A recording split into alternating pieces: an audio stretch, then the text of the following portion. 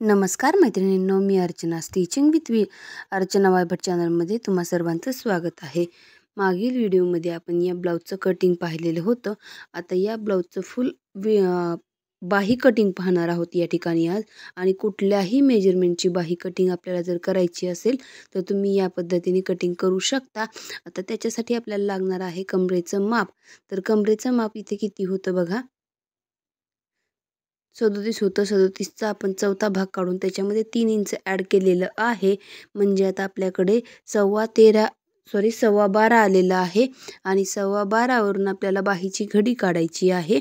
तर बघा, आता मी तुम्हाला व्यवस्थित समजावून सांगण्याचा प्रयत्न करत आहे।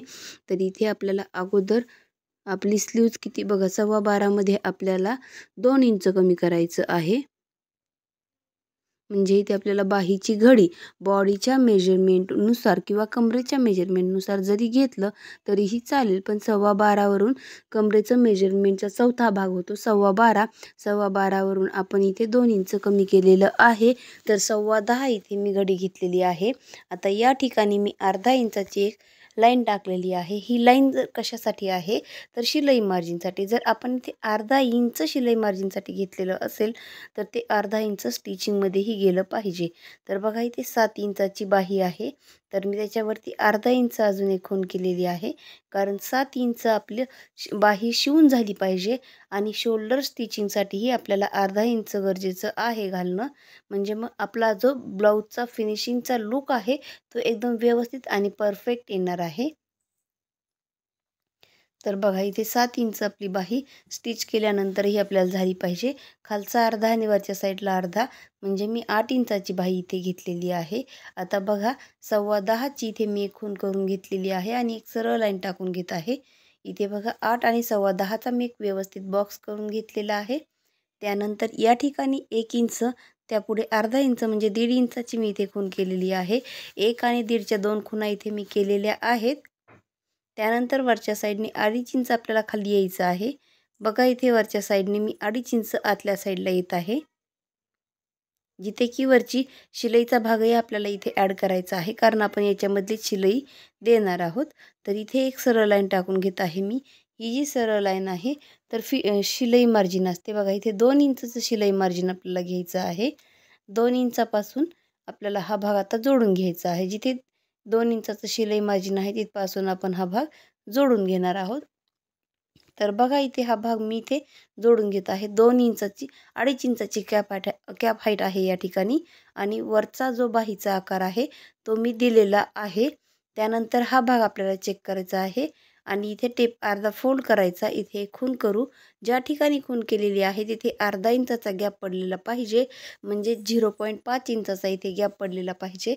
तर मी इथे 0.5चा गॅप इथे घेतलेला आहे खूण करून। आणि त्यानंतर आतला आकार बघा मी कशा पद्धतीने देत आहे, त्याच पद्धतीने तुम्हाला आकार देता आला पाहिजे। म्हणजे आपली जी स्लीव्ज आहे ती ब्लाऊजला लावल्यानंतर अतिशय परफेक्ट येते। ब्लाऊज लहान असो मोठा असो, आकार मात्र याच पद्धतीने आला पाहिजे।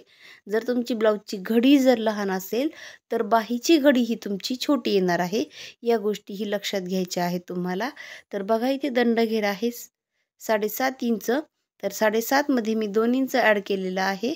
बघा, इथे 2 इंचाची खूण करून घेतलेली आहे। बघा, इथे आपला जो बाहीचा भाग आहे हा आहे आणि हा जो 2 इंचाचा पोर्शन आहे तो शिलाई मार्जिनचा आहे। बघा, इथे शिलाई मार्जिनचा भाग आहे। बाहीचा आकार आपला रेडी आहे। आता हा फ्रंटचा अर्धा इंच पुन्हा समजावून सांगते, जो आहे तो शिलाई मार्जिन आहे आणि ही बाही जी आहे तर ती मी अस्तरची दाखवलेली आहे, दुसरी दाखवलेली नाही। जर तुम्हाला साधी बाही करायची असेल तर फ्रंटला 1 इंच एक्स्ट्रा घ्यायचा, जिथे की मी अर्धा घेतलेला आहे। आता वरच्या साईडलाही अर्धा इंच शिलाईचं आणि खालच्या साईडला अर्धा इंच शिलाईचं 7 इंचाची बाही शिवल्यानंतर उरली पाहिजे। आणि हे जे आहे ते शिलाई मार्जिन आहे। आता याचं कटिंग बघा, शिलाई मार्जिनचा जो खालचा अर्धा इंचाचा गॅप एक्स्ट्रा उरलेला आहे तो काढून घ्यायचा होता, कारण आपल्याला शिलाई मार्जिन जे आपण शिवल्यानंतर ब्लाऊज इथे समोरच्या साईडला एक्स्ट्रा कपडा उरतो ते अतिशय घाण दिसतं किंवा खराब दिसतं। त्याच्यामुळे आपण काय करायचं, हे दंडघेर चेक करून 2 इंच एक्स्ट्रा घ्यायचं, इथे नॉच टाकून घ्यायचा सेंटरला।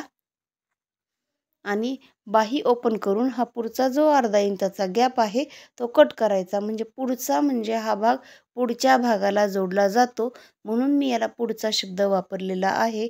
आणि मागचा म्हणजे जो फुगीर भाग आहे किंवा अर्धा इंचानं मोठा आहे, तो भाग जो आहे तो मागच्या बाजूला जोडताना जोडावा लागतो. आणि पुढचा म्हणजे जो खड्डेवाला आहे तो पुढच्या साईडला, त्याच्यासाठी दोन्हीमध्ये गॅप येणं गरजेचं आहे. आपल्या शरीरावरही पुढचा जो शरीराचा भाग असतो थोडासा चोपलेला असतो आणि मागच्या साईडला थोडा फुगीर असतो. तर बघा या पद्धतीने आपलं इथे बाही कटिंग झालेलं आहे.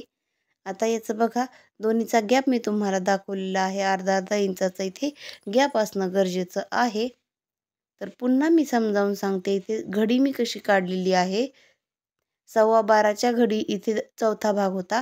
त्या अगोदर मी तुम्हाला इथे पूर्ण कंबर किती आहे, 37चं कंबर आहे. 37च्या अर्ध घेणार आहोत.